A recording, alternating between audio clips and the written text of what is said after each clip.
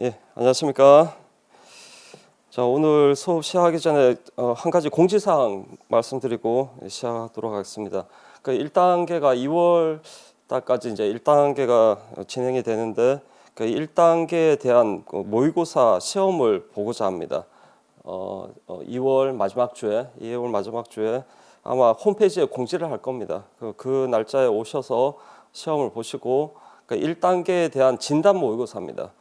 그래서 그날 시험 보러 오시는 분을 위해서 제가 그날 질의응답도 받고 그리고 상담도 받고 그런 시간을 갖고자 합니다. 그래서 2월 마지막 주에 꼭 시험을 진단 모의고사를 보고 진단을 받으시기 바랍니다. 그리고 유괴로 공부하시면서 이해가 중요하냐, 암기가 중요하냐 이렇게 질문하시는 분이 꽤 많은데 둘 다 중요합니다. 아빠가 좋냐, 엄마가 좋냐 이런 질문하고 똑같습니다. 참고로 우리 아들한테 그 질문을 하면 1초도 망설임 없이 엄마가 좋다 이런 얘기를 하는데 어쨌든 그 암기도 중요하고 이해도 중요합니다. 그러니까 제가 일부 개념은 이 개념은 암기가 중요합니다. 암기하세요라고 하는 그런 일부 개념이 있습니다. 그런 개념들은 암기를 하시면 되고 이 개념은 이해가 중요합니다. 이해하세요라고 하는 그런 개념이 있으면 말 그대로 이해하시면 됩니다. 그런 일부 개념을 제외하고는 대부분 유기 개념들은 이해도 하셔야 되고 이해된 내용들을 다 암기를 하셔야 됩니다. 꼭 그렇게 하시면서 수업 따라오셔야 되고 그리고 특히 4장, 5장 내용은 그 입체 구조를 직접 그리면서 그 입체 구조를 생각하면서 직접 손으로 그리는 연습을 많이 하셔야 됩니다. 특히 오늘 이제 다루는 사이클로 알케인의 입체 형태 오늘 되게 중요한 내용을 다룰 텐데 그 내용 역시 여러분들이 많이 그리는 연습, 그냥 대충 교재 그림 보시면서 대충 내용 정리하지 마시고 노트에 다 일일이 하나하나 입체 구조를 생각하시면서 다 그리는 연습을 하셔야 됩니다. 자, 오늘 진도 84페이지입니다. 84페이지.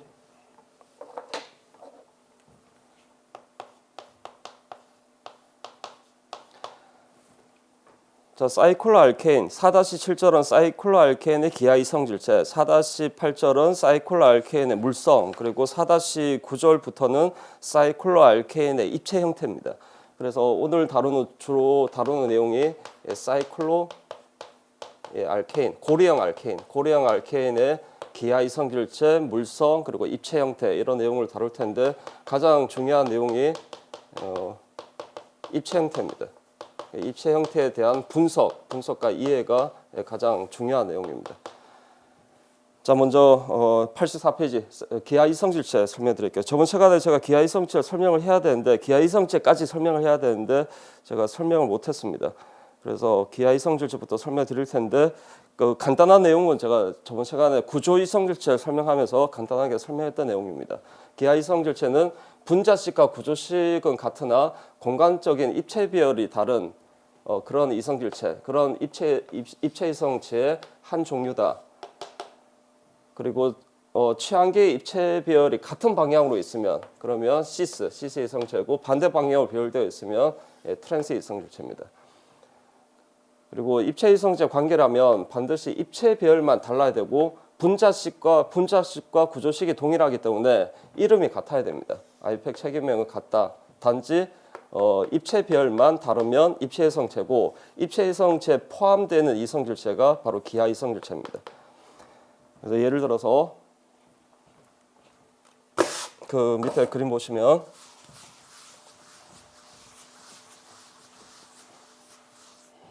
자, 삼각형 고리에 서로 다른 1번, 2번 서로 다른 두 탄소에 메틀기 두 개가 있습니다. 그 메틀기 두 개가 쐐기 또는 점선 이렇게 같은 방향으로 배열되어 있으면 시스입니다. 그리고 이름은 1, 2다이메틸 1번, 2번 위치에 메틀기가 두 개가 있는 1, 2다이메틸 그리고 주사슬은 삼각형 고리니까 사이클로프로페인이라고 하시면 됩니다. 그래서 이 화합물은 이름은 체계명은 1, 2다이메틸 사이클로프로페인이고 입체 비율은 메틀기 두 개가 같은 방향으로 배열되어 있기 때문에 시스라고 판단하시면 됩니다. 그리고 위에 있는 화합물은 삼각평면의 칠판면과 같은 평면상에 있습니다. 그러니까 이 화합물을 90도 이렇게 회전시키면 쐐기 결합은 이렇게 업 방향으로 표현하시면 되겠죠. 그리고 이 화합물 역시 90도 이렇게 회전시키면 점선 결합은 다운 방향으로 나타내시면 됩니다.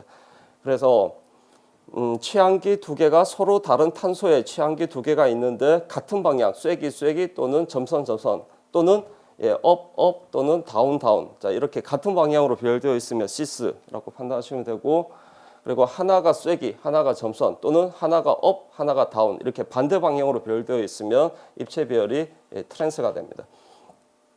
그래서 왼쪽 화합물과 오른쪽 화합물은 보시면 이름이 동일합니다. 아이팩 체계명은 동일한데 입체 배열이 다른 거죠. 입체 배열이 왼쪽은 시스고 오른쪽은 트랜스입니다. 그래서 입체 이성체에 포함이 되고 이런 시스 트랜스 입체 이성체를 기하 이성질체 또는 기하 이성질체는 부분 입체 이성체에 포함되기 때문에 부분 입체 이성체라고 이렇게 표현하기도 합니다. 그러니까 기하 이성질체라 관계라고 표현하셔도 되고 부분 입체 이성체 관계라고 그렇게 표현하셔도 됩니다. 자, 그리고 또 아셔야 되는 내용이 자, 왼쪽 이 두 화합물 보시면 왼쪽도 시스고 오른쪽도 시스인데 왼쪽 화합물을 또 180도 뒤집으면 오른쪽 화합물이 됩니다. 그래서 이 둘은 같은 화합물입니다.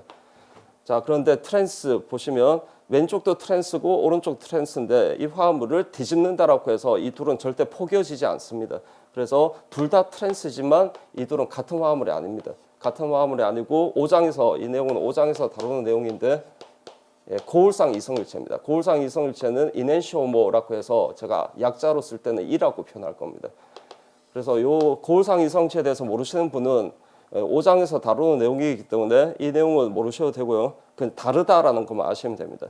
여기서 중요한 거는 이 절에서 중요한 내용은 자, 취향기 두 개가 같은 방향으로 배열되어 있으면 시스, 취향기 두 개가 반대 방향으로 이렇게 배열되어 있으면 트랜스라는 겁니다. 그래서 시스 트랜스 기하 이성질체만 여기서 이 절에서 여러분들이 아시면 됩니다. 됐죠?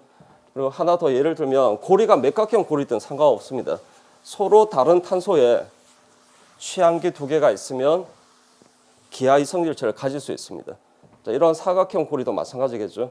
그러니까 서로 다른 탄소 1번, 3번 탄소에 메틀기 두 개가 있습니다. 자, 오른쪽도 1번, 3번 탄소에 메틀기 두 개가 있는데 그래서 이름이 1,3-다이메틸 사이클로뷰테인. 그래서 이 모든 화합물이 이름이 동일합니다. 근데 왼쪽 두 화합물은 메틀기 두 개가 쐐기 또는 점선 이렇게 같은 방향으로 배열되어 있기 때문에 시스 배열이고 오른쪽은 쐐기 점선 이렇게 반대 방향으로 배열되어 있습니다. 또는 점선 쐐기. 자, 이렇게 반대 방향으로 배열되어 있으면 트랜스가 됩니다. 그래서 이 둘 간의 관계가 어떤 관계냐라는 문제가 나오면 시스 트랜스 관계이기 때문에 기하 이성질체라고 표현하셔도 되고 기하 이성질체는 부분 입체 이성체에 포함되기 때문에 부분 입체 이성체다라고 그렇게 표현하셔도 됩니다. 자, 오른쪽도 오각형도 마찬가지입니다. 똑같이 보시면 됩니다. 자, 왼쪽은 브롬하고 염소 취향기 두 개가 점선 쐐기 같은 방향으로 배열되어 있죠. 그러면 시스고 하나가 쐐기 하나가 점선 반대 방향으로 배열되어 있으면 트랜스가 됩니다. 그래서 왼쪽 시스와 트랜스 관계는 기하 이성질체다.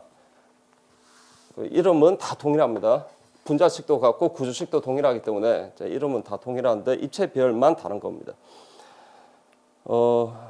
그리고 이 둘은 이 왼쪽도 시스고 오른쪽도 시스인데 이 둘은 같은 화합물이 아니고요. 일단 저것만 두십시오. 고울상 이성질체 관계입니다. 그러니까 5장에서 다루는 내용입니다.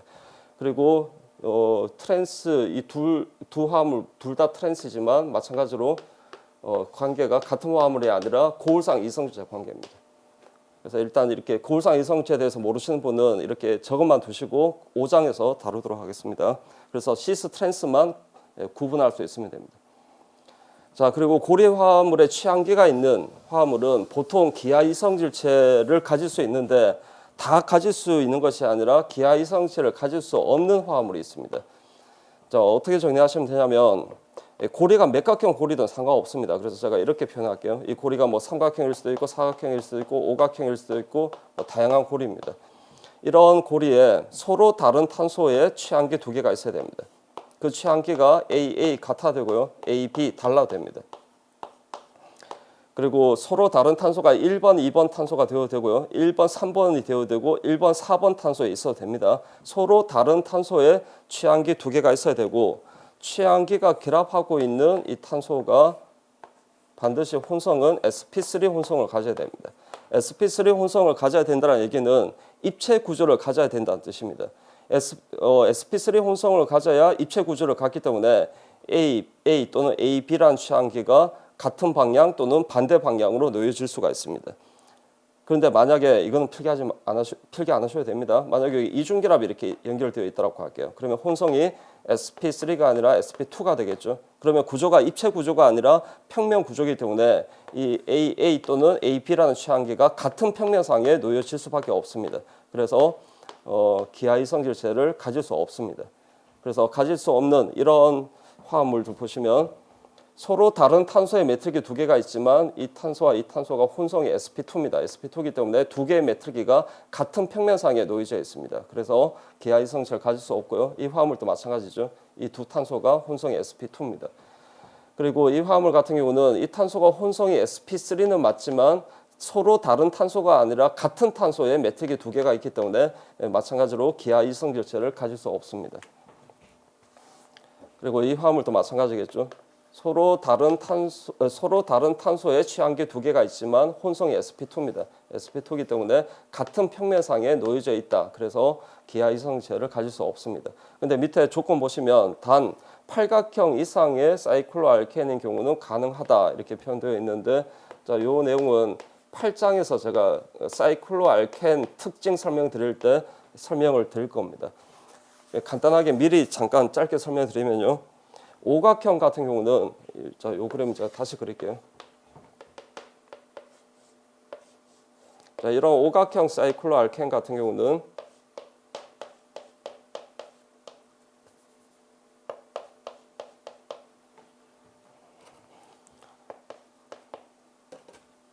트랜스 또는 이별을 갖는 사이클로알켄을 가질 수 없습니다.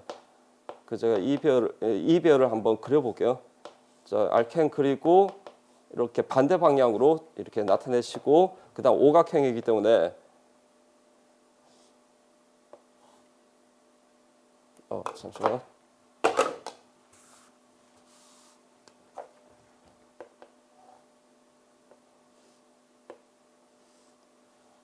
자, 이런 식으로 그리시면 됩니다. 1, 2, 3, 4 다시 그러면 육각형이 되네.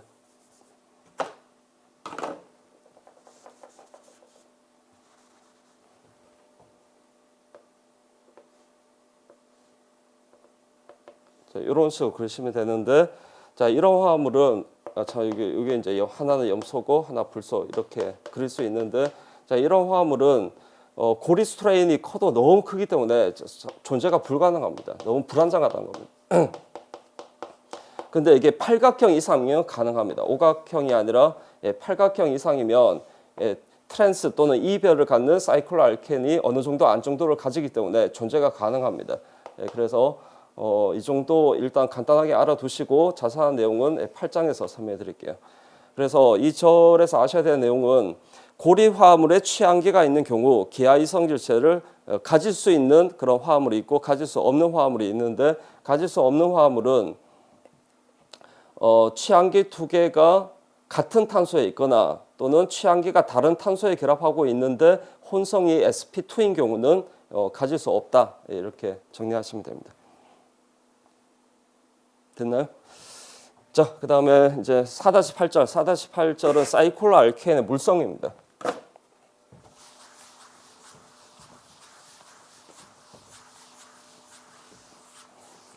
자, 유기화학에서 이제 묻고자 하는 물성은 주로 이제 끓는 점, 녹는 점이죠. 그래서 끓는 점, 녹는 점을 어떻게 판단하느냐 이거 설명을 드릴 텐데 먼저 사이클로알케인을 열린 사슬 알케인하고 사이클로알케인을 비교했을 때 이 둘을 비교했을 때 자, 물성이 어떻게 되느냐부터 먼저 설명해 드릴게요.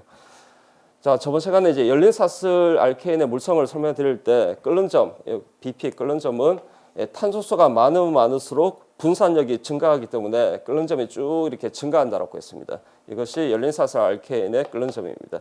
이런 열린 사슬 알케인의 끓는 점을 사이클로 알케인과 비교했을 때 사이클로 알케인, 고리형 알케인이기 때문에 삼각형 붙어 있겠죠. 삼각형, 사각형, 오각형, 육각형, 칠각형, 팔각형까지 이렇게 표현한 겁니다. 자, 이런 사이클로 알케인의 끓는 점이 열린 사슬 알케인의 끓는 점보다 더 높습니다. 일단 결과부터 얘기해 드리는 겁니다. 근데 탄소수가 동일한 경우입니다. 그러니까 삼각형, 그러니까 사이클로프로페인과 프로페인, 사이클로뷰테인과 뷰테인, 사이클로펜테인과 펜테인, 사이클로헥세인과 헥세인, 이렇게 탄소수가 동일한 열린사슬 알케인과 사이클로 알케인을 비교했을 때 열린사슬 알케인보다 사이클로 알케인이 끓는 점이 더 높습니다. 이걸 이렇게 적어 두실래요? 1번, 2번, 3번, 4번 이렇게 표현하시고요. 밑에 그림에서 자, 여기가 이제 2번이 되는 겁니다. 사이클로뷰테인하고 뷰테인 비교했고, 이건 3번 사이클로펜테인과 펜테인, 그리고 4번 사이클로헥세인과 헥세인 이렇게 비교한 겁니다. 자, 끓는 점이 왼쪽 고리 화합물이 끓는 점이 높습니다. 끓는 점만 높은 것이 아니라 녹는 점도 마찬가지입니다. 녹는 점도 고리 화합물이 녹는 점이 더 높습니다. 자, 그 이유를 제가 설명드릴게요. 예를 들어서 사이클로뷰테인하고 뷰테인 보겠습니다. 자, 이 두 개 이제 끓는 점을 비교했을 때 끓는 점은 제가 언제나 어디서나 끓는 점은 분자 간의 힘만 고려하시라고 했습니다. 분자 간의 힘을 고려할 때 이 두 화합물은 알케인이기 때문에 비극성 분자입니다. 비극성 분자이기 때문에 분산력을 고려하셔야 되고, 분산력의 크기를 판단할 때 분자량을 봐야 되는데, 분자량을 먼저 봐야 되는데 분자량이 거의 같습니다. 오른쪽이 포화화합물이기 때문에 수소 2개만 더 많은 겁니다. 그래서 분자량 차이가 거의 없기 때문에 접촉 면적을 봐야 되죠. 접촉 면적을 봐야 되는데 접촉 면적이 고리 화합물보다 열린사슬 화합물이 접촉 면적이 더 넓습니다. 그러면 오른쪽 열린사슬 화합물이 더 끓는 점이 더 높아야 될 것 같지만 실제 고리 화합물이 끓는 점이 더 높습니다. 그 이유는 접촉 면적은 얘가 더 좁지만, 고리 화합물이 더 좁지만 단일 결합 회전이 고리 화합물이기 때문에 단일 결합의 회전이 제한되어 있기 때문에 그렇습니다. 그런데 그에 반면에 열린사슬 화합물은 실온에서 이 단일 결합 회전이 아주 빠르게 일어납니다. 그러니까 이런 이유 때문에 접촉 면적은 오른쪽이 더 넓지만 끓는 점이 더 낮은 겁니다. 분자 간의 힘이 더 약합니다. 이걸 여러분 어떻게 생각하시면 되냐면, 분자 간의 힘이기 때문에 제가 똑같은 문자 하나 더 그릴게요. 그러면 이 단일 결합 회전이 아주 빠르게 일어나기 때문에 마치 이 두 분자 사이에 본드칠을 한다라고 생각하시면 됩니다. 본드칠을 이렇게 했을 때 잘 붙으면 분자 간의 힘이 강하고 잘 붙지 않으면 분자 간의 힘이 약하다, 이렇게 생각하시면 됩니다. 근데 잘 붙어야 되는데 계속 이제 단일 결합 회전을 하면서 빠르게 회전하면서 계속 움직이는 겁니다. 그러면 잘 붙지 않겠죠, 그죠? 그 원리로 이해하시면 됩니다. 그래서 이 접촉 면적은 넓지만 단일 결합 회전이 아주 빠르게 일어나기 때문에 분자 간의 힘, 분산력이 더 약하다. 그래서 끓는 점이 더 낮은 겁니다. 자, 그리고 녹는 점.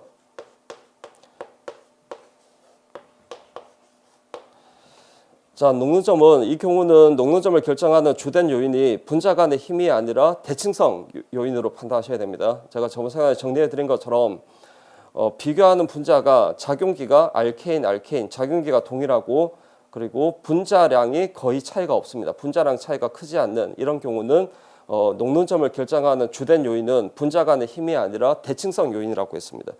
그래서 대칭성을 보면, 자, 왼쪽 고리 화합물이 대칭면이 훨씬 많습니다. 대칭면이 많고요.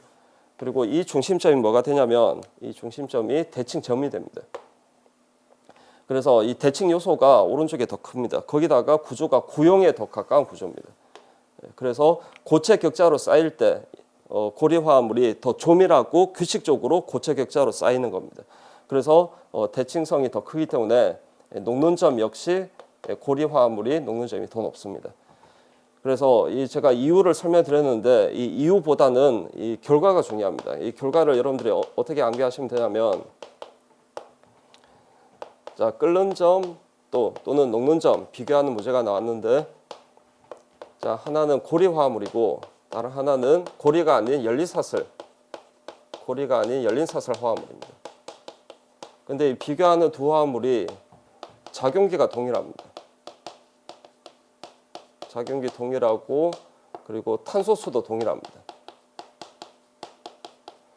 그러니까 단지 차이점이 하나는 열린 사슬이고 하나는 고리다. 그러면 고리 화합물이 끓는 점도 높고 녹는 점도 높다. 이렇게 이거는 일반화 시킬 수 있는 내용이기 때문에 자, 이렇게 정리하시면 됩니다.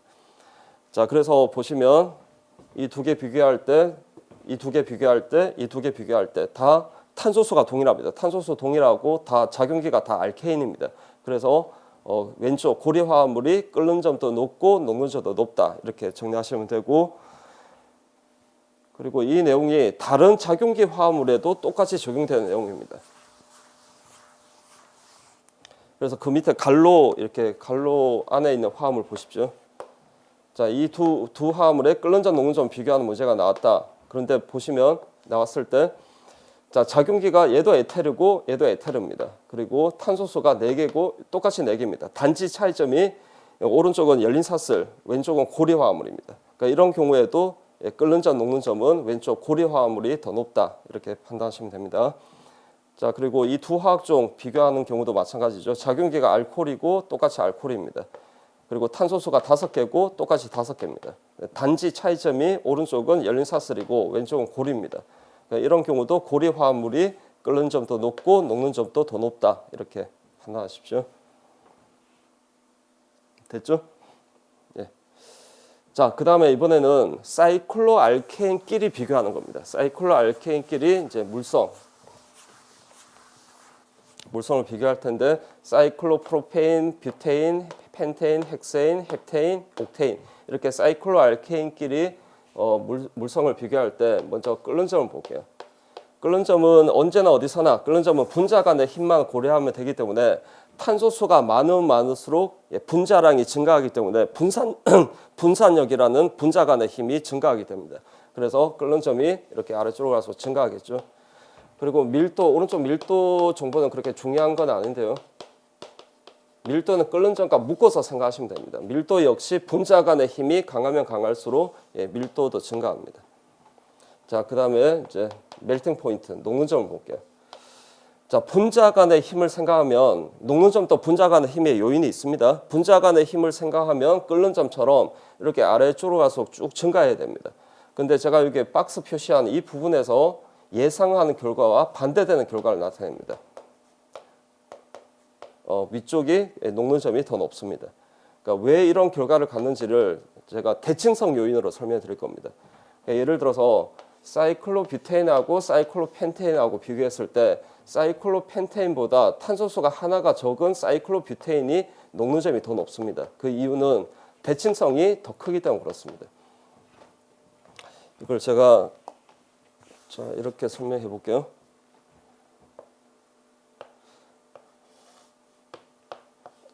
자, 녹는 점을 비교하는 화합물이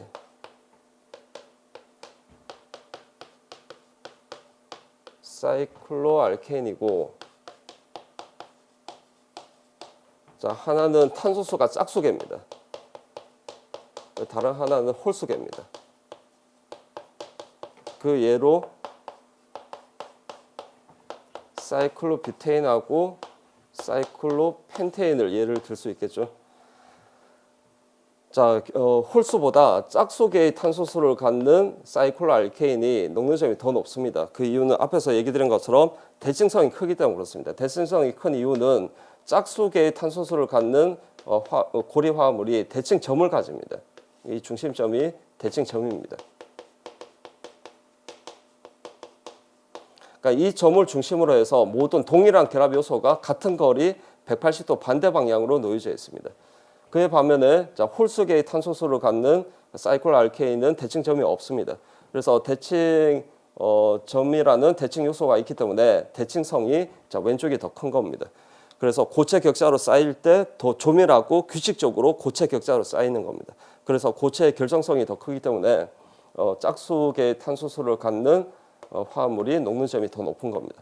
그래서 보신 바와 같이 예상한 결과와 반대되는 결과, 분자 간의 힘을 생각하면 이쪽이 더 높아야 되는데 대칭성 요인이 더 크게 작용하기 때문에 자, 이쪽이 더 녹는 점이 사이클로뷰테인이 녹는 점이 더 높은 겁니다. 근데 이런 대칭성 요인으로 판단해야 되는 경우는 탄소수 차이가 딱 하나가 나는 경우만 해당이 됩니다. 탄소수 차이가 2개 이상 나면 분자 간의 힘 요인이 더 크게 작용합니다. 그래서 탄소수 차이가 하나인데 하나는 짝수계의 탄소수를 갖는 골이고 다른 하나는 홀수계의 탄소수를 갖는 골이다. 그러면 대칭성 요인을 생각해서 짝수계의 탄소수를 갖는 알케인이 녹는 점이 더 높다. 이렇게 판단하시면 되고, 그러니까 조건은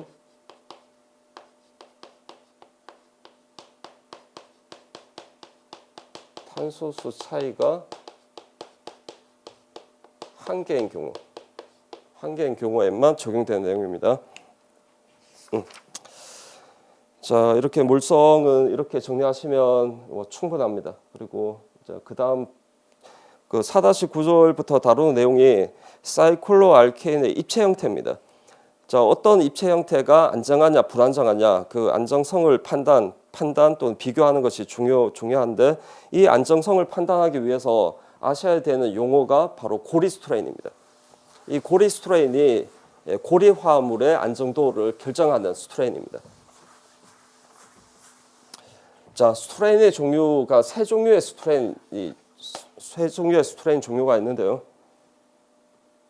비틀림 스트레인, 토셔널 스트레인이라 부르죠. 비틀림 스트레인, 그리고 입체 스트레인, 자, 그리고 결합각 스트레인, 이렇게 세 종류의 스트레인이 있습니다. 이 중에 자, 이미 2개는 우리가 저번 시간에 배웠습니다. 열린사슬 알케인의 입체 형태 설명할 때 다 배웠던 내용이죠. 다시 잠깐 짧게 설명드리면 비틀림 스트레인은 자, 이웃한 원자에서 결합이 가려져 있을 때 이 전자상 전면 탄소의 결합과 후면 탄소의 결합 간의 반발력입니다. 그 반발력이 비틀림 스트레인이고, 입체 스트레인은 두 원자가 공간적으로 너무 가까이 있어서 발생하는 스트레인이 입체 스트레인 또는 입체 장애 또는 입체 무리라고 표현하죠. 자, 이 2개는 우리가 이미 배웠던 스트레인이고, 여기서 하나 더 추가되는 스트레인이 결합각 스트레인입니다. 이 결합각 스트레인은 단지 고리 화합물에만 작용하는 스트레인이다. 이렇게 보시면 됩니다. 이 결합각 스트레인은 표현된 것처럼 최적의 결합각이 최적의 결합각도가 알케인은 109도입니다. 이 109도의 결합각도에서 벗어날 때 생기는 스트레인이 결합각 스트레인입니다. 자, 이렇게 설명을 드릴까요? 결합각 스트레인 좀 보충 설명을 제가 드리겠습니다. 자, 단일 결합 4개를 갖는 탄소 구조가 3면체 입체 구조입니다. 자, 이런 경우 혼성이 sp3고 따라서 이 최적의 결합 각도는 109도가 됩니다. 자, 그리고 이중 결합 하나, 단일 결합 2개를 갖는 이 탄소는 혼성이 sp2고 따라서 구조가 삼각평면 구조죠. 삼각평면 구조이기 때문에 이 모든 결합 각도가 120도가 됩니다. 이 120도라는 결합 각도가 최적의 결합 각도입니다.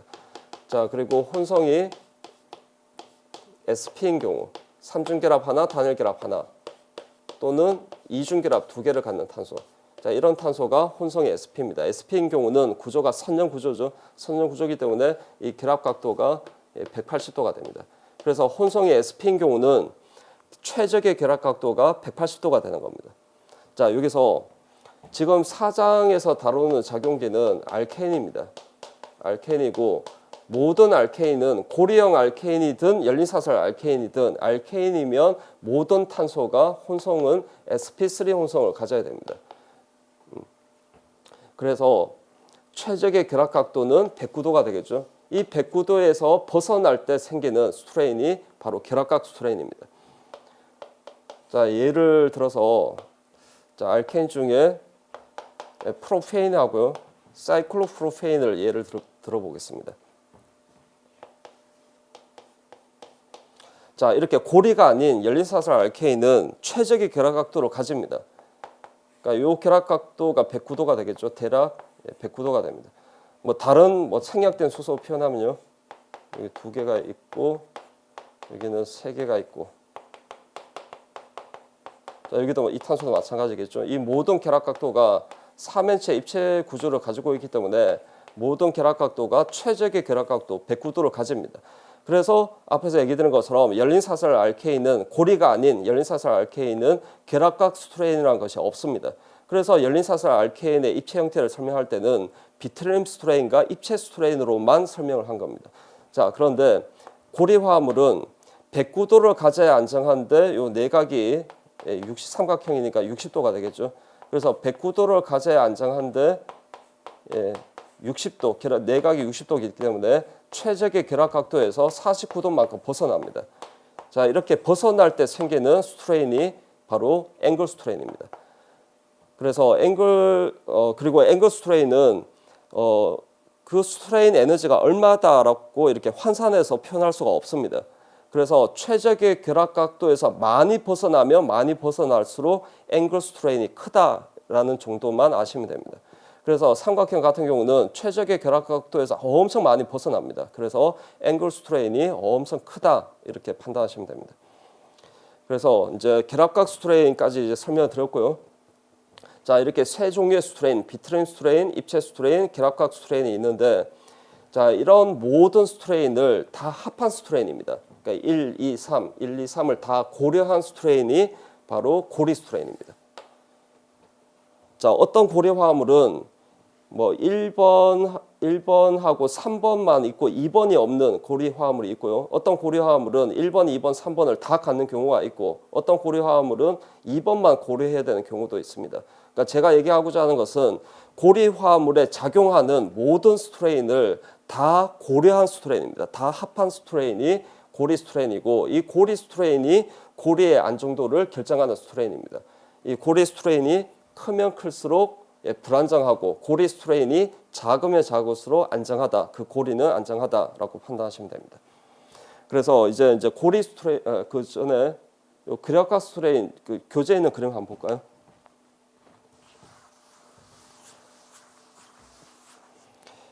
일단 이 주어진 고리는 다 구조가 평면 구조입니다. 평면이라고 가정했을 때 앵글 스트레인을 지금 설명하는 겁니다. 결합각 스트레인이 앞에서 얘기 드린 것처럼 삼각형은 최적의 결합 각도가 109도인데 내각이 60도니까 49도만큼 벗어납니다. 그래서 이만큼 앵글 스트레인이 발생하고요. 그리고 사각형은 평면일 때 이 내각이 90도입니다. 그래서 최적의 결합 각도에서 19도만큼 벗어나겠죠. 이만큼 앵글 스트레인이 발생합니다. 그리고 오각형은 평면일 때 이 내각이 108도입니다. 그래서 최적의 결합 각도에서 1도만큼 벗어나겠죠. 그리고 육각형은 평면일 때 이 내각이 120도입니다. 그래서 최적의 결합 각도에서 11도만큼 벗어납니다. 그래서 이만큼 앵글 스트레인이 발생하겠죠. 그래서 앵글 스트레인만 생각하면 오각형이 가장 안정해야 될 것 같습니다. 안정해야 될 것 같죠. 예, 최적의 결합 각도에서 1도만큼만 벗어나니까 앵글 스트레인이 가장 작습니다. 그런데 앞에서 얘기 드린 것처럼 고리 화합물의 안정도를 따질 때는 앵글 스트레인만 따지는 것이 아니라 비트륨 스트레인과 입체 스트레인, 그 모든 스트레인을 다 합해야 됩니다. 그 합한 스트레인이 고리 스트레인이고 이 고리 스트레인이 크냐 작으냐를 고려해서 안정도를 판단하셔야 됩니다. 그래서 일단 결과부터 제가 설명을 드릴 텐데 모든 스트레인을 합한 고리 스트레인이 가장 작은 고리가 육각형입니다. 그래서 육각형이 가장 안정하고 그 다음에 오각형, 그 다음에 사각형, 그 다음에 삼각형. 삼각형이 고리 스트레인이 가장 큽니다. 그래서 가장 불안정한 고리입니다. 지금 설명드렸던 내용이 밑에 에너지 도표로 나타나 있습니다.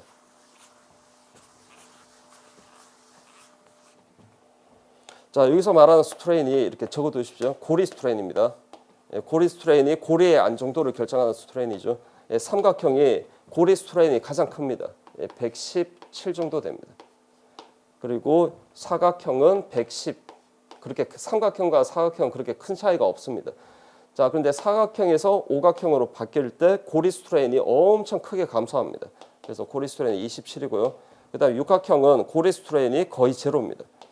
그리고 칠각형은 다루지는 않지만 고리 스트레인이 오각형하고 거의 같다라고 이렇게 알아두십시오. 그리고 팔각형 이상부터도 다루지는 않습니다. 시험 문제에서 뭐 고리 스트레인이 크냐 작으냐 이렇게 묻지도 않습니다. 그래서 다루지는 않지만 중간 정도의 고리 스트레인을 가지는 중간 정도의 안정도를 지니는 고리다 이렇게 알아두시면 됩니다. 그리고 삼각형, 사각형은 고리 스트레인이 아주 큽니다. 그래서 불안정한 고리고 그리고 오각형, 육각형, 칠각형은 안정한 고리다. 그러니까 특히 가장 안정한 고리가 육각형입니다. 여기서 여러분들 암기하셔야 되는 고리만 제가 따로 이렇게 밑에 정리를 했습니다.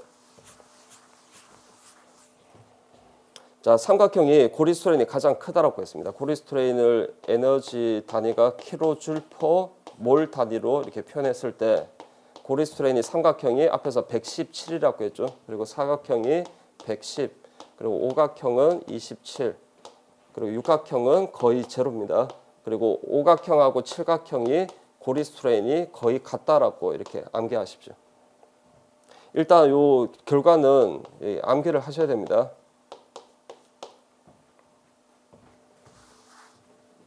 그래서 왼쪽으로 갈수록 고리 스트레인이 증가하기 때문에 안정도는 반대로 오른쪽으로 갈수록 안정도가 이렇게 증가하는 겁니다.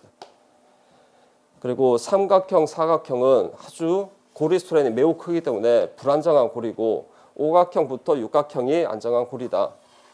그러니까 여기는 차이가 엄청 큽니다. 차이가 크다. 그러니까 특히 여기서 차이가 크다라는 걸 아셔야 됩니다. 그래서 삼각형, 사각형, 오각형, 육각형으로 갈수록 안정도가 증가한다. 그리고 삼각형, 사각형은 불안정한 고리, 오각형, 육각형, 칠각형은 안정한 고리 이렇게 구분하시면 됩니다. 좀 문제를 하나 만들어 볼까요?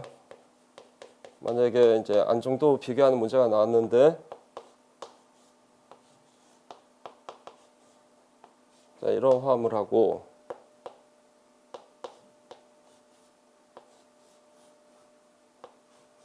이런 화물하고 비교해 볼게요. 자, 고리 스트레인으로 안정도 판단하시면 됩니다. 자, 왼쪽은 육각형 고리하고 오각형 고리가 접합되어 있는 고리 화물이고 오른쪽은 칠각형 고리하고 사각형 고리가 접합되어 있는 고리 화물입니다.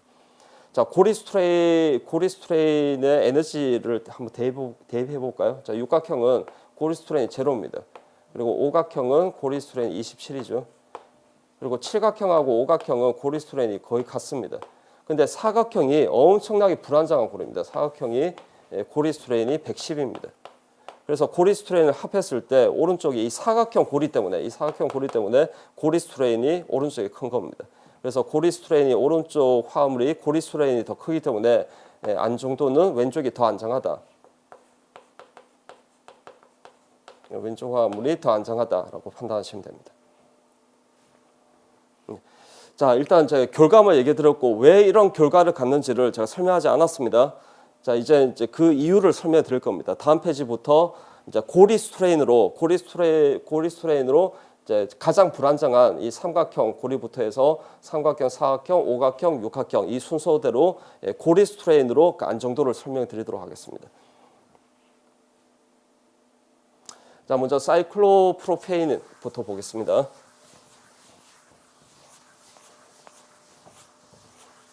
가장 불안정한 고리죠. 자, 먼저 앵글 스트레인. 자, 앞에서 설명드렸지만 앵글 스트레인은 엄청 큽니다. 그 이유는 109도를 가져야 안정한데 내각이 60도니까 49도만큼 벗어납니다. 그래서 이만큼 큰 앵글 스트레인이 발생합니다. 그리고 앵글 스트레인이 크기 때문에 오비탈 이제 sp3 혼성 오비탈이죠. 이 세 개의 탄소가 sp3 혼성 오비탈을 가지고 있는데 오비탈 sp3와 sp3가 겹칠 때 이렇게 보통 정면으로 겹칩니다. 정면으로 겹치는 결합이 일어나지만 앵글 스트레인이 크기 때문에 바깥쪽으로 이렇게 휘어지는 겹침이 일어납니다. 그 그림을 나타낸 겁니다. 그래서 sp3와 sp3가 이렇게 정면으로 겹치는 결합이 아니라 이 전자쌍과 이 내각이 너무 좁기 때문에 이 전자쌍 간의 반발력이 너무 큰 겁니다. 그래서 바깥쪽으로 이렇게 휘어지는 겹침이 일어나는 겁니다. 여기도 정면을 겹치는 것이 아니라 바깥쪽으로 휘어지는 겹침. 여기도 정면 겹침이 아니라 바깥쪽으로 이렇게 휘어지는 겹침이 일어납니다. 그래서 이 축과 이 축 사이의 각도, 그러니까 두 오비탈 사이의 각도죠. 두 오비탈 사이의 각도가 바깥쪽으로 휘어지는 겹침이 일어나기 때문에 60도보다는 더 큰 값을 가지겠죠. 이건 암기할 필요는 없는데요. 104도 정도의 각도를 가집니다. 그래서 바깥쪽으로 휘어지는 겹침이 일어나기 때문에 오비탈 사이의 각도는 60도보다 더 크다.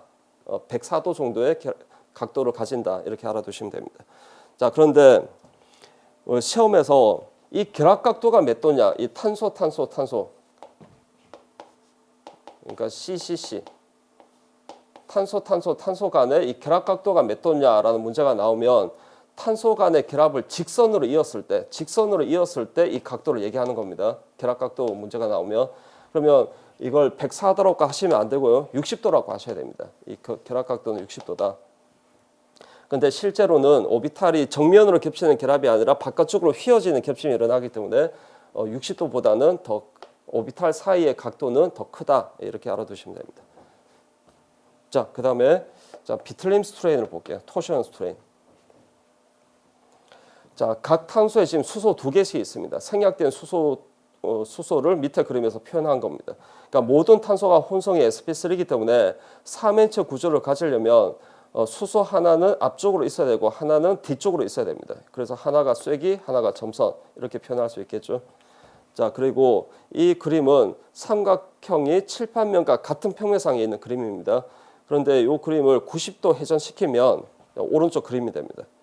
그러면 쐐기 결합의 수소는요. 쐐기 결합으로 있는 수소는 업 방향으로 이렇게 나타내시면 되고, 그러니까 업. 그리고 이게 점선 결합으로 있는 이 수소는 다운 이렇게 다운 방향으로 이렇게 나타내시면 되겠죠.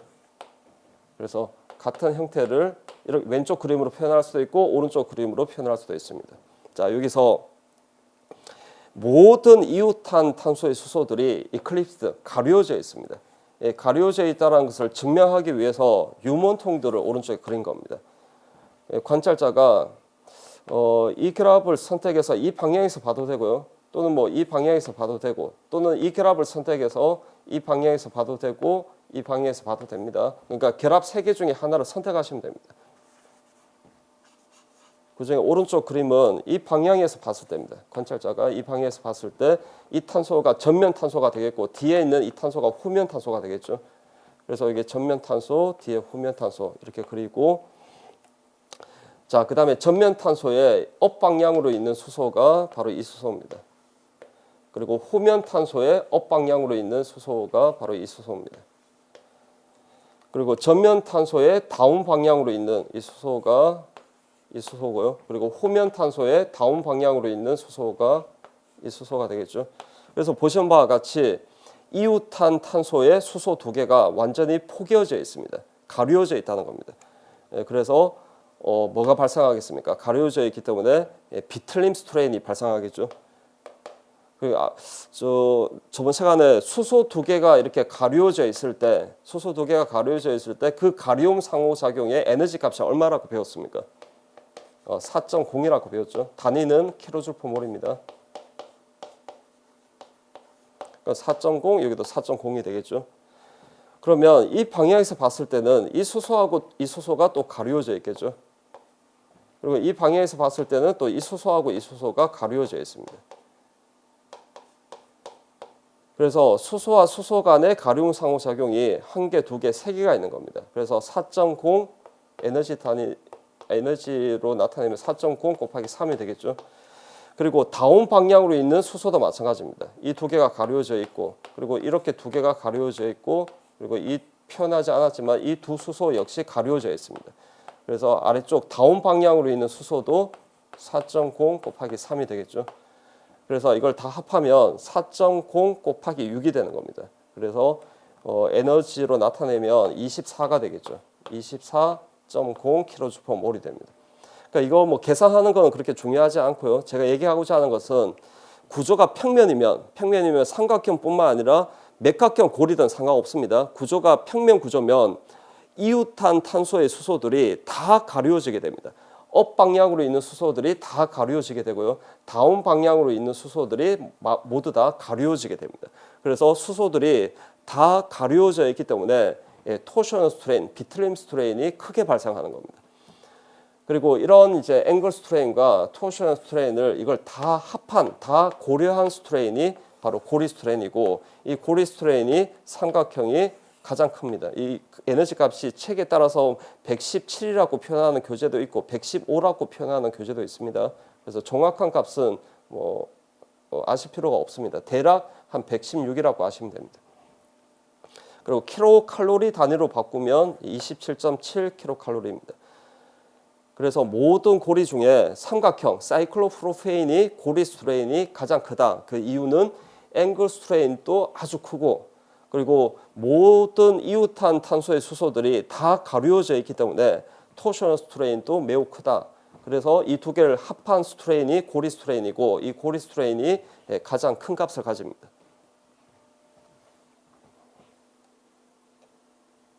자, 이런 이유 때문에 삼각형은 탄소 간의 결합이 상대적으로 약합니다. 고리 스트레인이 크기 때문에. 그래서 이 두 결합을 비교했을 때, 자, 이 결합하고 이 결합을 비교했을 때 결합하고 있는 탄소가 혼성이 동일합니다. sp3, sp3. 여기도 sp3, sp3입니다. 그러니까 sp3 탄소 간의 단일 결합이란 건 동일하지만 결합의 세기가 이쪽이 훨씬 크고 이쪽이 더 작습니다. 그러니까 강약만 구분할 수 있으면 됩니다. 여기 결합이 강하고 결합이 약하다. 그 이유는 앞에서 얘기 드린 것처럼 삼각형은 고리 스트레인이 크기 때문에 그렇습니다. 고리 스트레인이 매우 크기 때문에 결합이 약하다 이렇게 판단하십시오. 그래서 고리 스트레인이 크기 때문에 그래서 결합이 약하기 때문에 고리가 열리는 반응을 아주 잘 일으킵니다. 삼각형은. 그래서 예를 들어서 수소 첨가 반응, 금속 촉매를 사용해서 수소 첨가 반응을 진행시킨 겁니다. 그러면 촉매를 팔라듐 촉매를 이렇게 표현했을 때 수소 분자가 표면에 이렇게 흡착이 됩니다. 그리고 이 탄소 간의 결합이 약하기 때문에 이 결합이 쉽게 끊어지면서 양쪽에 수소 두 개가 이렇게 쉽게 첨가되는 겁니다. 그러면 고리가 열리게 되겠죠. 그래서 사이클로프로페인이 프로페인으로 바뀌는 겁니다. 그래서 왼쪽은 고리 스트레인이 큰 화합물이기 때문에 에너지가 높고 불안정하고 그리고 오른쪽은 열린 사슬 화합물이기 때문에 고리 스트레인이 없습니다. 그래서 에너지가 낮겠죠. 그래서 에너지가 높은 화합물이 에너지가 더 낮은 화합물로 바뀌면서 에너지를 발산하는 겁니다. 그래서 델타 H 반응열은 마이너스 값을 가집니다. 그래서 발열이다 이렇게 알아두시면 됩니다. 그래서 이런 반응의 예처럼 삼각형은 고리 스트레인이 매우 크기 때문에 고리가 열리는 반응을 잘 일으킨다 이렇게 알아두시면 되고 나중에 이런 반응을 배울 겁니다. 에폭사이드, 삼원자 고리 에테르를 에폭사이드라 부릅니다. 자, 이 에폭사이드 역시 삼원자 고리이기 때문에 고리 스트레인이 크겠죠. 그래서 어떤 전자가 풍부한 친액체를 만났을 때 이 산소, 전기염 성도가 높은 산소 바로 옆에 이 탄소가 부분적인 플러스를 띱니다. 전자 부족입니다. 그러면 이 친액체, 전자가 많은 친액체가 전자가 부족한 이 탄소한테 전자상을 주면서 그리고 결합이 형성되고 이 결합이 이탈기로 떨어집니다. 그러니까 이런 고리 열린 반응이 메커니즘이 SN2다라고 해서 나중에 배울 겁니다. 그러니까 여기서 얘기하고자 하는 것은 자, 이런 에폭사이드는 친액체를 만났을 때 이런 반응을 아주 잘 일으킨다. 이렇게 반응을 잘 일으킨다는 것은 이런 반응 속도가 공격하는 속도가 아주 빠르다는 겁니다. 그 이유는 이 삼원자 고리가 가지는 고리 스트레인이 매우 크기 때문에 고리가 열리는 반응을 잘 한다. 이렇게 알아두시고 나중에 설명해 드릴 겁니다. 아주 중요한 반응이고 나중에 이 반응을 설명해 드릴게요.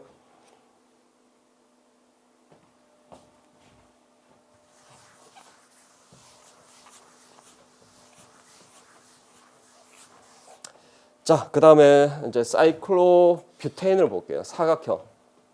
자, 사이클로뷰테인부터는 고리가 접혀질 수가 있습니다. 평면 형태가 있고 접혀진 형태가 있습니다. 자, 앞에서 설명드렸던 사이클로프로페인 삼각형이죠. 삼각형은 탄소수가 3개밖에 없기 때문에 접혀질래야 접혀질 수가 없습니다. 삼각형은. 그래서 삼각형은 무조건 평면입니다. 구조가. 그런데 사각형부터 사각형, 오각형, 육각형, 사각형부터는 접혀질 수가 있습니다. 그래서 크게 평면 형태가 있고 접혀진 형태 또는 주름 잡힌 형태라고 부릅니다.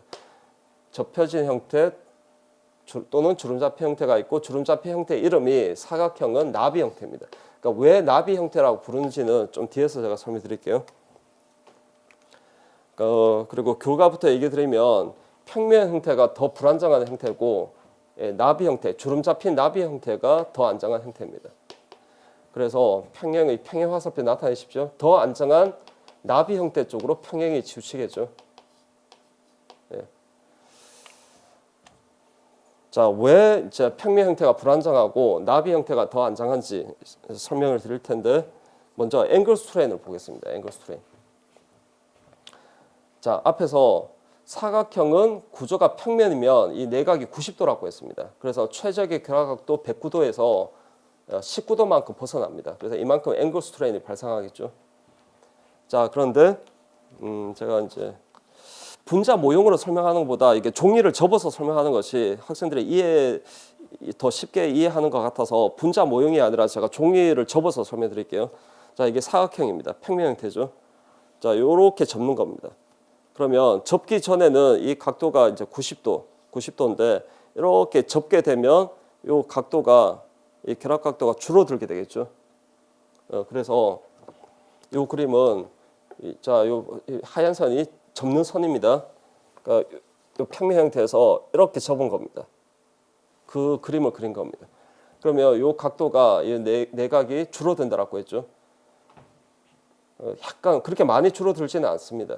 그래서 최적의 결합 각도가 109도인데 나비 형태에서는 이 내각이 90도가 아니라 약간 줄어들어서 88도가 됩니다.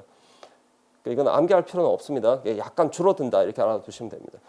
자, 그래서 최적의 결합 각도에서 21도만큼 벗어납니다. 그러니까 이만큼 앵글 스트레인 발생하겠죠.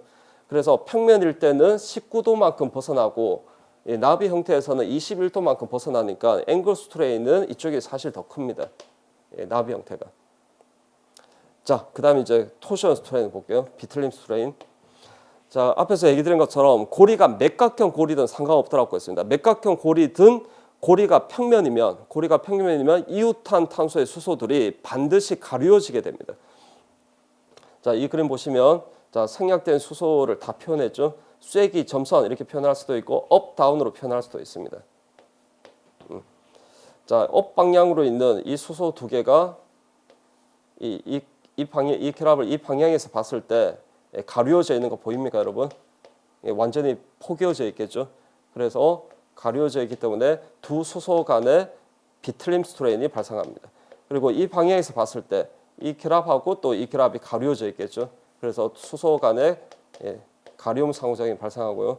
또 이 방향에서 봤을 때 이 수소하고 이 수소가 또 가려져 있습니다. 그리고 또 이 방향에서 봤을 때 이 수소하고 또 이 수소가 또 완전히 가려져 있겠죠. 그래서 수소와 수소 간의 가리움 상호작용이 몇 개가 있냐면 1개, 2개, 3개, 4개가 있습니다. 그러면 4.0 곱하기 4가 되겠죠. 그리고 다운 방향으로 있는 수소도 다 마찬가지입니다. 그래서 여기도 4.0 곱하기 4가 되겠죠. 그래서 4.0 곱하기 8이니까 에너지로 환산하면 28이 됩니다. 28kJ/몰이 됩니다. 그러니까 이거 뭐 계산하는 게 중요한 게 아니고 제가 얘기하고자 하는 것은 평면이면 고리가 맥각형 고리든 평면이면 모든 이웃한 탄소의 수소들이 다 가려지게 된다는 겁니다. 업 방향의 수소들 다 가려져 있고 다운 방향으로 있는 수소들이 다 가려지게 됩니다. 그래서 모든 수소들이 다 가려져 있기 때문에 비틀림 스트레인이 이쪽에 엄청 큰 겁니다. 자, 그런데 이런 평면 형태에서 이렇게 접게 되면 가려져 있던 이웃한 탄소의 수소들이 어느 정도 이렇게 엇갈려지게 됩니다. 엇갈려지게 되면 비틀림 스트레인이 크게 감소하게 되겠죠. 자, 그 그림을 나타낸 겁니다.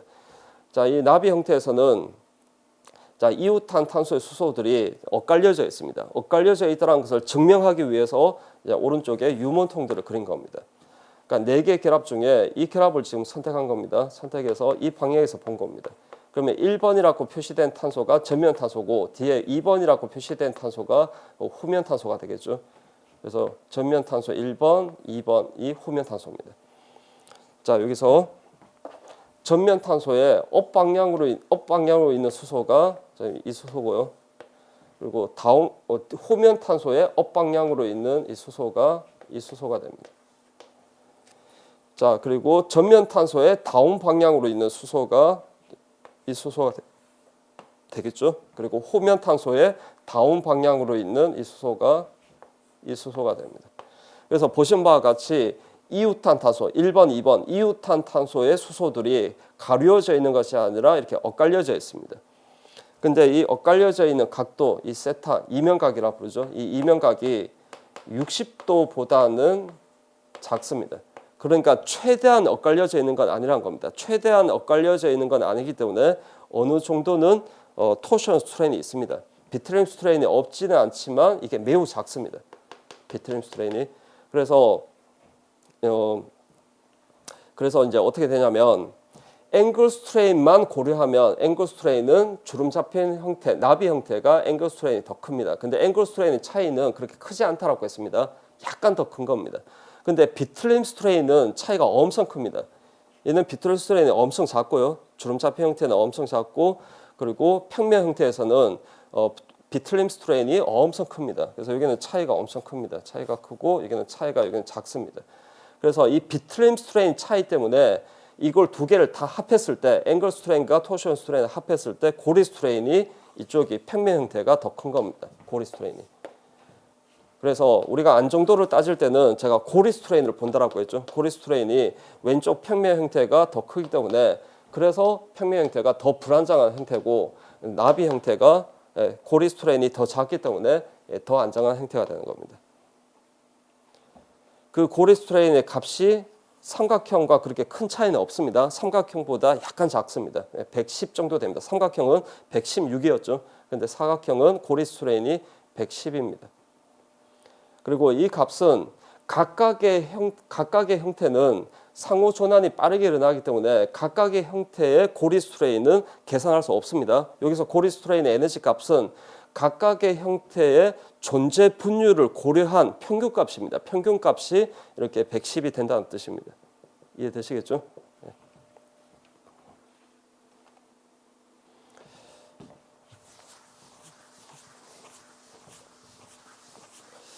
자, 그래서 꼭 기억하셔야 되는 내용이 자, 사각형은 크게 평면 형태가 있고 주름 잡힌 형태, 나비 형태죠. 나비 형태가 있는데 나비 형태가 더 안정한 형태다.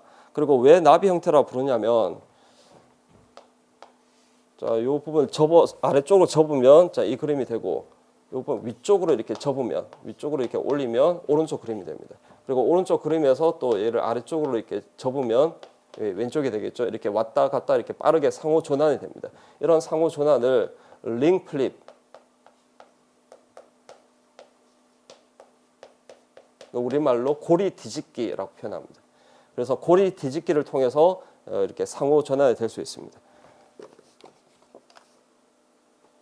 보시면 자, 평면 형태에서 아래쪽으로 접으면 왼쪽 그림이고 이렇게 위쪽으로 접으면 오른쪽 그림입니다. 이것이 마치 나비가 날갯짓을 하는 형상을 닮았다라고 해서 그래서 나비 형태라고 부르는 겁니다.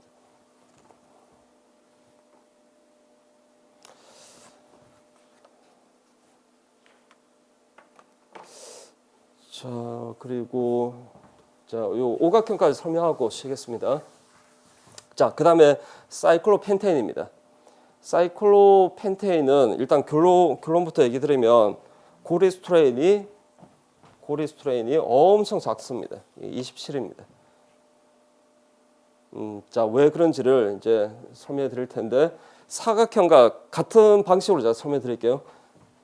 크게 평면 형태가 있고 주름 잡힌 형태가 있는데 오각형은 주름 잡힌 형태 이름이 봉투 형태입니다. 이런 봉투 형태가 더 안정한 형태고 평면 형태가 더 불안정한 형태입니다. 그래서 평행은 더 안정한 봉투 형태 쪽으로 평행이 치우치겠죠. 그래서 이렇게 적어두십시오. 자, 왜 평면 형태가 불안정하고 봉투 형태가 더 안정한지 설명드리겠습니다. 먼저 앵글 스트레인을 보겠습니다. 자, 앞에서 앵글 스트레인 설명할 때 오각형은 평면일 때 이 내각이 108도라고 했습니다. 자, 그래서 109도를 가져야 안정한데 108도를 가지고 있기 때문에 1도만큼 벗어납니다. 최적의 결합각도에서. 그래서 이만큼 앵글 스트레인이 발생하겠죠. 자, 그런데 자, 여기 오각형에서 이 부분을 접은 겁니다. 이쪽 삼각형 부분을 앞쪽으로 접을 수도 있고 뒤쪽으로 접을 수도 있습니다. 자, 이렇게 접은 겁니다. 이것을 이렇게 회전시켜서 보면 이 그림이 되겠죠. 오른쪽 그림이. 그러니까 이 부분을 아래쪽으로 이렇게 접은 겁니다. 그러면 이 그림이 되겠죠. 예. 자, 이런 형태를 이제 이런 주름 잡힌 형태를 봉투 형태라 부릅니다. 그리고 접게 되면 제가 요 내각이 이렇게 줄어든다라고 했습니다. 그러니까 어느 정도 줄어드냐면 108도가 아니라 105도 정도로 줄어듭니다. 그러면 최적의 결합각도 109도에서 4도만큼 벗어나게 되겠죠. 그래서 앵글 스트레인만 고려하자면 앵글 스트레인은 오른쪽 봉투 형태가 더 큽니다. 그런데 그 차이가 그렇게 크지 않습니다. 약간만 더 큰 겁니다. 얘는 1도만큼 벗어나고 얘는 4도만큼 벗어나기 때문에 그렇게 큰 차이가 없습니다. 자, 그런데 토션 스트레인은 차이가 엄청 큽니다. 자, 앞에서 얘기 드린 것처럼 평면이면 어떤 골이든 상관없이 평면이면 모든 이웃한 탄소의 수소들이 다 가려지게 됩니다. 업 방향으로 있는 수소들이 다 가려져 있고요. 다운 방향으로 있는 수소들이 모두 다 가려지게 됩니다. 이거는 중요한 건 아닌데 수소 간의 가림 상정이 하나, 둘, 셋, 넷, 다섯 개가 있거든요. 그러면 4.0 곱하기 5가 되겠죠. 그러니까 마찬가지로 다운 방향으로 있는 수소도 4.0 곱하기 5가 됩니다. 그래서 40이 되네. 40.0 kJ/몰이 됩니다. 이거 계산하는 건 그렇게 중요하지 않다고 했습니다. 제가 얘기하고자 하는 것은 이 값이 엄청 큽니다. 그러니까 모든 이웃한 탄소의 수소들이 다 가려져 있기 때문에 토션 스트레인, 비트림 스트레인이 크다. 그에 반면에 접게 되면 가려져 있던 수소들이 이렇게 엇갈려지게 된다고 했죠. 엇갈려지게 되기 때문에 비트림 스트레인이 크게 감소합니다. 그리고 엇갈려져 있다는 것을 증명하기 위해서 유문 통도를 이렇게 오른쪽에 그린 겁니다. 이 5개의 결합 중에 이 결합을 선택한 겁니다. 선택해서 관찰자가 이 방향에서 본 겁니다. 그러면 이 1번이라고 표시된 탄소가 전면 탄소고 뒤에 2번이라고 표시된 이 탄소가 후면 탄소가 되겠죠. 그러면 전면 탄소의 업 방향으로 있는 이 수소가 되겠고 후면 탄소의 업 방향으로 있는 수소가 이 수소가 됩니다. 자, 그리고 전면 탄소의 다운 방향으로 있는 이 노란색 수소가 이 수소가 되겠죠. 그리고 후면 탄소의 다운 방향으로 있는 이 수소가 됩니다. 그래서 보시는 바와 같이 이웃한 1번, 2번 이웃한 탄소의 수소들이 가려져 있는 것이 아니라 이렇게 엇갈려져 있는 겁니다. 그리고 이 엇갈려져 있는 각도, 이 세타는 60도보다는 약간 작습니다. 그래서 최대한 엇갈려져 있는 건 아닙니다. 최대한 엇갈려져 있는 건 아니기 때문에 토션 스트레인이 없는 건 아닙니다. 없는 건 아닌데 매우 작다는 겁니다. 그래서 여기는 차이가 큽니다. 그래서 앵글 스트레인만 보자면 봉투 형태가 더 큰데 이게 그렇게 큰 차이가 없고 그리고 토션 스트레인이 평면 형태가 엄청 크다. 그래서 이걸 다 합한 앵글 스트레인과 토션 스트레인 모두 합한 고리 스트레인이 이 토션 스트레인 차이 때문에 이쪽이 더 큰 겁니다. 평면 형태가 더 크고 주름잡이 형태가 더 작은 겁니다. 그래서 평면 형태가 더 불안정한 형태고 봉투 형태가 더 안정한 형태가 되는 겁니다. 그리고 그 고리 스트레인이 오각형은 27이 됩니다. 다시 얘기하지만 각각의 형태의 존재 분율은 오른쪽이 더 높겠죠. 왼쪽이 존재 분율이 없는 건 아닙니다. 그래서 각각의 형태의 존재 분율을 고려한 평균값이 27이 된다는 겁니다. 그래서 오각형은 고리 스트레인이 이런 이유 때문에 고리 스트레인이 매우 작다. 이렇게 정리하시면 되고, 자, 그다음에 그 밑에 자, 오각형의 제가 주름잡이 형태, 봉투 형태를 설명드렸는데, 자, 이렇게 이쪽 삼각형 부분을 앞쪽으로 접을 수도 있고 뒤쪽으로 접을 수도 있겠죠. 90도 회전시키면 위쪽으로 접을 수도 있고 아래쪽으로 이렇게 접을 수도 있습니다. 그러니까 왼쪽 그림이 위쪽으로 접은 그림이고 오른쪽이 아래쪽으로 이렇게 접은 그림입니다. 자, 이런 형태가 봉투 형태고 왜 봉투 형태라 부르냐면 자, 편지 봉투가 이렇게 생겼습니다. 이 편지 봉투가 이렇게 생겼는데 내용물이 궁금해서 편지 봉투를 이렇게 뜯었을 때 그때 그림이라고 해서 이걸 봉투 형태라 부릅니다. 그리고 이 반쪽 의자 형태도 있는데 반쪽 의자 형태는 대부분 유기교재는 봉투 형태를 설명하는데 반쪽 의자 형태를 설명하는 유기교재가 그렇게 많지 않습니다. 그래서 참고 정도로 알아두십시오. 이 반쪽 의자 형태는 이 봉투 형태를 약간 이렇게 비트는 겁니다. 약간 비트는 형태가 반쪽 의자 형태고, 이 반쪽 의자 형태와 봉투 형태는 에너지 차이가 거의 없습니다. 거의 제로입니다. 그래서 반쪽 의자 형태는 참고로 알아두시고, 봉투 형태, 오각형 사이클로펜테인의 주름잡이 형태는 봉투 형태다라는 것만 확실히 알아두시면 됩니다.